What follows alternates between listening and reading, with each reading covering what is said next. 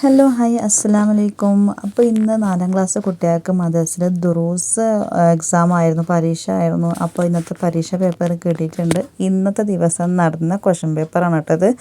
അപ്പോൾ നിങ്ങളെ മക്കളോടൊന്ന് ചോദിച്ചു നോക്കുക, ഇത് തന്നെയാണോ വന്നിനി ക്വസ്റ്റ്യൻസ്, നിങ്ങൾ എത്രത്തോളം നിങ്ങളെ മക്കളെ ഇന്നലെ പഠിപ്പിച്ചിരുന്നു, ഇത്ര ദിവസം പഠിപ്പിച്ചിരുന്നു. അപ്പോൾ ഇന്നലെ നമ്മൾ എന്തായാലും ഇന്ന് എക്സാം ആണെന്ന് വിചാരിച്ചിട്ട് ഇന്നലെ നമ്മൾ ഭയങ്കര ഉമ്മാവും മക്കളുമായിട്ടുള്ള ഫൈറ്റ് ഉണ്ടാവും, പാരൻസും മക്കളുമായിട്ടുള്ള ഫൈറ്റ് ഉണ്ടായിട്ടുണ്ടാവും.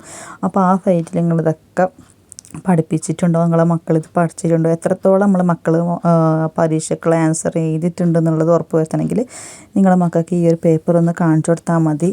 എന്നിട്ട് നിങ്ങൾ ഈ പേപ്പർ കാണിച്ചു കൊടുത്തിട്ട് ഇതിൽ എത്ര ആൻസേഴ്സ് അവർ ശരിയാക്കിയിട്ടുണ്ടെന്നുള്ളത് നിങ്ങൾക്ക് മനസ്സിലാവും. നിങ്ങൾ ക്വസ്റ്റ്യൻ പറഞ്ഞു കൊടുക്കുമ്പോൾ മക്കൾ അതിന് ആൻസർ പറയും. എന്തായാലും നമ്മൾ മക്കൾ പഠിച്ചിട്ട് അവിടെ എഴുതിയിട്ടുള്ളതാണല്ലോ. അപ്പോൾ നിങ്ങൾ ഇതുപോലെ ക്വസ്റ്റ്യൻ പറഞ്ഞു കൊടുക്കുക. ക്വസ്റ്റ്യൻ പറയുമ്പോൾ അതിന് ആൻസർ മക്കൾ പറയുമല്ലോ. അപ്പോൾ നിങ്ങളതവിടെ ടിക്കാക്കി വെക്കുക. എത്ര മാർക്കിനുള്ളതാണെന്ന് നോക്കിയിട്ട് ഇപ്പോൾ ഇതാ ഡാഷസ് ഉള്ളത് 5 എണ്ണം 5 മാർക്കിന്, ഒരെണ്ണം 1 മാർക്കിന്. അപ്പോൾ അതുപോലെ നിങ്ങൾ ഓരോരോ ഡാഷസ് പറയുമ്പോൾ കുട്ടികൾ എത്ര ശരി പറഞ്ഞിട്ടുണ്ടെന്നുള്ള മാർക്ക് അവിടെ എഴുതി വെക്കുക. അതുപോലെ തന്നെ പൂർത്തിയാക്കാം, അതുപോലെ തന്നെ 2 മാർക്കിനുള്ളതാണ്. 5 എണ്ണം 10 മാർക്കിന്. അപ്പോൾ അതുപോലെ അതിൻ്റെ ആൻസേഴ്സൊക്കെ ഇവിടെ പറഞ്ഞിരുന്നുണ്ട്. മരങ്ങൾ നട്ടു. ഓക്കെ, ഞാൻ ഇതെന്തായാലും എൻ്റെ മോളോട് പറഞ്ഞിരുന്നു ഇതെന്തായാലും വരും. അപ്പോൾ ഞാൻ ഇന്നലെ എന്നല്ല, നമുക്ക് സ്കൂളിൽ കുറേ ദിവസം ലീവ് ഉണ്ടായിരുന്നു. അപ്പോൾ ആ ലീവിലൊക്കെ ഞാൻ മക്കളെ പഠിപ്പിച്ചിട്ടുണ്ട്. എന്താ പറഞ്ഞാൽ എക്സാം വരുന്ന സമയത്ത് നമ്മൾ എന്തായാലും ചില പാരൻസുകളുണ്ട്, എങ്ങനെ പറഞ്ഞാൽ നാളെ എക്സാം ആണെങ്കിൽ ഇന്ന് പഠിപ്പിക്കാനിരുത്തും, നാളത്തെ വിഷയം ഏത് അതന്നെ ഇന്ന് പഠിപ്പിക്കാനിരുത്തും, അങ്ങനെയൊക്കെ ആക്കാറുണ്ട്. അപ്പം നമുക്കും റിസ്ക്, നമ്മളെ മക്കൾക്കും റിസ്ക്കും. പറഞ്ഞ ഉസ്താദ്മാർക്ക് ഇപ്പോൾ എല്ലാ മക്കളും ഒരുപോലെ കാണണമെങ്കിൽ എത്രയോ സമയമാണ്. ഈ സ്കൂളിൽ കിട്ടും പോലെ സമയം കിട്ടണമെങ്കിലൊക്കെ നല്ലതായിരുന്നു. ഇത് ആകെ 1.5 മണിക്കൂർ 1 മണിക്കൂറാണ് മദ്രസയിൽ പഠിപ്പിക്കാനുള്ള സമയം ഉണ്ടാകുക. അപ്പോൾ ഉസ്താദ് ജസ്റ്റ് ഒന്ന് പറഞ്ഞു കൊടുക്കും, ചരിത്രങ്ങളൊന്ന് പറഞ്ഞു കൊടുക്കും, എല്ലാം പറഞ്ഞു കൊടുത്തിട്ട് നിങ്ങൾ വീട്ടിൽ നിന്ന് പോയിട്ട് രക്ഷിതാക്കളോട് പോയിട്ട് എല്ലാം ചോദിച്ചറിഞ്ഞ് പഠിച്ചിട്ട് ഇങ്ങനെ വരണമെന്നറിയും.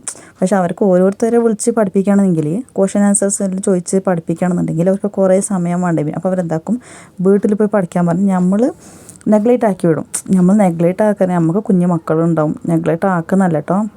അപ്പോൾ എൻ്റെ അഭിപ്രായത്തിൽ തന്നെ കുഞ്ഞു മക്കളുണ്ടാവും, നമുക്ക് വീട്ടിൽ ജോലി നോക്കണം, ഹസ്ബൻഡിൻ്റെ ജോലി നോക്കണം, എല്ലാം കഴിഞ്ഞ് നമുക്ക് നേരം കിട്ടുന്നത് തന്നെ അത്ര തന്നെ ആയിരിക്കും.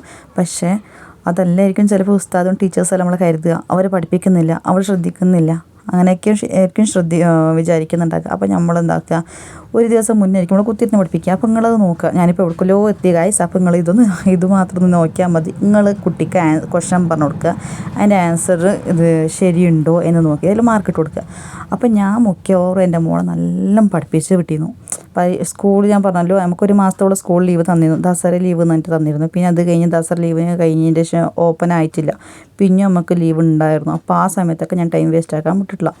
പരീക്ഷൻ്റെ സമയത്ത് കുത്തിരുന്ന് പഠിക്കണ്ടല്ലോ എന്ന് വിചാരിച്ചിട്ട് ആദ്യം തന്നെ ഞാൻ പഠിപ്പിച്ചിരുന്നു. അതുകൊണ്ട് എൻ്റെ മക്കൾക്ക് ഈസി ആയിരുന്നു. എൻ്റെ മോന് 5ാം ക്ലാസ്സിലുണ്ട്, മോള് 4ാം ക്ലാസ്സിലാണ്. അപ്പോൾ മാഷാ അല്ലാഹ് നല്ല പഠിച്ചിരുന്നു. പഠിക്കാത്ത വിഷയം എന്നുണ്ടെങ്കിൽ ലിസാനേ ഉള്ളൂ. ഞാൻ ലിസാൻ കുറച്ച് ടഫായത് കൊണ്ട് ലാസ്റ്റ് പഠിപ്പിക്കാൻ്റെ അർത്ഥങ്ങളൊക്കെ അറിയണമല്ലോ, ലാസ്റ്റ് പഠിപ്പിക്കാനായിട്ട് ഞാൻ ഒഴിവാക്കി വിട്ടതാണ്.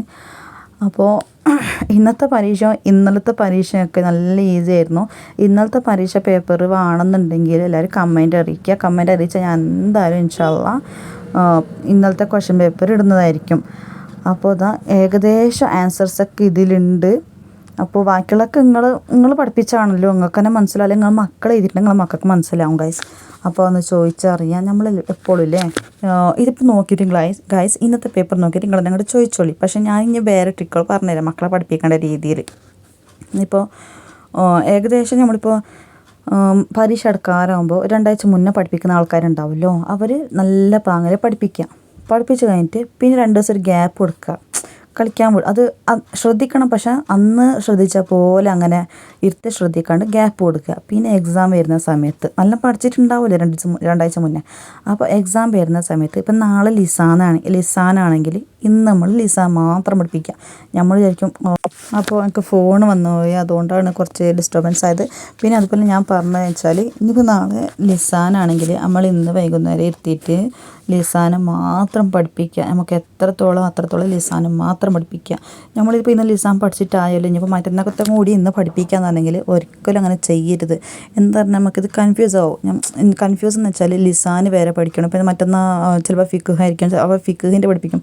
അപ്പോൾ ഏകദേശം നമുക്ക് കുഴപ്പമില്ല. നമ്മളെ മക്കളവിടെ പോയിരുന്നിട്ട് ഞാൻ ഇന്നലെ പഠിച്ചതാണല്ലോ എന്ന് വെച്ചിട്ട് ഇങ്ങനെ കുട്ടികൾ ടെൻഷൻ ആകുമ്പോൾ അപ്പോൾ കുട്ടികൾ വിചാരിക്കും ഇതായിരിക്കും, ചിലപ്പോൾ ഇത് തന്നെ ആയിരിക്കും എന്നുള്ള ഉറപ്പും കൂടി ചിലപ്പോൾ ഫിഖ്ഹത്തത് ഇതിലെഴുതാൻ ചാൻസ് ഉണ്ട്. അപ്പോൾ അന്നത്തത് മാത്രം പഠിപ്പിക്കാൻ നോക്കുക. ഇപ്പോൾ നാളത്തെ വിഷയമാണെങ്കിൽ ഇന്ന് അത് മാത്രം പഠിപ്പിക്കുക. അത് പഠിച്ചു കഴിഞ്ഞാൽ ഓക്കെ, എന്നാൽ വേഗം കടത്തി ഓർക്കാം, നമുക്ക് രാവിലെ തന്നെ എണീപ്പിക്കണ്ടല്ലോ മക്കളെ. അങ്ങനെ ആക്കുക. അല്ലാണ്ട് ഒരേ ദിവസം 2 വിഷയം പഠിപ്പിക്കരുത്. അത് എക്സാം ടൈമിൽ പ്രത്യേകിച്ചും. അതുപോലെ ഞാൻ ചെയ്തിട്ടുണ്ട്. അതോ എൻ്റെ അനുഭവം കൊണ്ടാണ് ഞാൻ പറയുന്നത്. ഞാനും അങ്ങനെ ചെയ്തു പറഞ്ഞാൽ ശരി ഏകദേശം ഇത് പഠിച്ചിട്ടുണ്ടല്ലോ, അപ്പം മറ്റന്നൊക്കത്തും കൂടി ഇന്ന് പഠിച്ചാൽ എനിക്ക് പിന്നെ നാളെ അത്ര റിസ്ക് ഇല്ലല്ലോ എന്നിട്ട് ഞാൻ പഠിപ്പിക്കലുണ്ടായിരുന്നു. അപ്പോൾ മോള് അവിടെ പോയിട്ട് ഞാൻ ഇത് എഴുതിയിരുന്നു, പക്ഷേ ഇതിന് ഇതാ എഴുതിയത് എന്ന് പറഞ്ഞിരുമ്പോൾ ഞാൻ ഇതിപ്പോൾ മറ്റേൻ്റെ ആണല്ലോ റബ്ബേ ഇന്നത്തെ എഴുതിയിട്ടുള്ളത് എന്നൊക്കെ ഞാൻ ചിന്തിക്കാറുണ്ട്. അപ്പോൾ ഞാനിപ്പോൾ പഠിപ്പിക്കുമ്പോൾ അങ്ങനെയല്ല ചെയ്യാറ്. നാളത്തെ വിഷയം മാത്രം ഇന്ന് വൈകുന്നേരം എത്തി പഠിപ്പിക്കുള്ളൂ. അതുപോലെ തന്നെ മദ്രസക്ക് പോകുന്നതിൻ്റെ മുന്നേ സുബഹിക്കണിച്ചിട്ട് അതും പഠിപ്പിക്കാറുണ്ട്. മെയിൻ ഞാനിപ്പോൾ എങ്ങനെ പഠിപ്പിക്കുകയെന്ന് വെച്ചാൽ യൂട്യൂബിൽ തന്നെ കുറേ ക്വസ്റ്റ്യൻ പേപ്പേഴ്സ് ഉണ്ടാവും. അതൊക്കെ എടുത്തിട്ട് പിന്നെ ഉസ്താദ്മാർ നമുക്ക് ലിങ്ക് അയച്ചു തരും. അതിലതൊക്കെ നോക്കിയിട്ട് ഏത് മെയിൻ പോയിൻറ്റ്സ് ഉണ്ടാവും അതങ്ങനെ പഠിപ്പിക്കും. എന്ന് വെച്ചാൽ കുട്ടികൾക്ക് ഏതെങ്കിലും ഒന്ന് വിട്ടുപോയാൽ ഇതിലെങ്കിൽ ഇത്ര മാർക്ക് കിട്ടുമെന്നുള്ള ഒരു ചിന്തയിൽ അതിനെ മെയിൻ പോയിൻറ്റ്സ് നോക്കി നമ്മളെടുത്ത് പഠിപ്പിക്കുക. മെയിൻ പോയിൻറ്റ്സ് എന്നുണ്ടെങ്കിൽ ഇപ്പോൾ ഞാൻ 4 ലിങ്ക് എടുത്ത് യൂട്യൂബിൽ ഇട്ടിട്ടുണ്ട്. 4 ലിങ്ക് എടുത്ത് അതിൽ 4 എണ്ണത്തിൽ ഒരേ ചോദ്യങ്ങളുണ്ടാവും. ചിലപ്പോൾ അത് ക്വസ്റ്റനായിട്ട് വരും, അല്ലെങ്കിൽ ആ ക്വസ്റ്റന് ഡാഷായിട്ട് വരും. അതെന്തായാലും നിർബന്ധമായി നമ്മൾ പഠിപ്പിക്കുക. എന്തായാലും വരാൻ ചാൻസ് ഉള്ളതേ ഉണ്ടാവും അതിൽ. അപ്പോൾ ഇതൊക്കെയാണ് എൻ്റെ ട്രിക്ക്.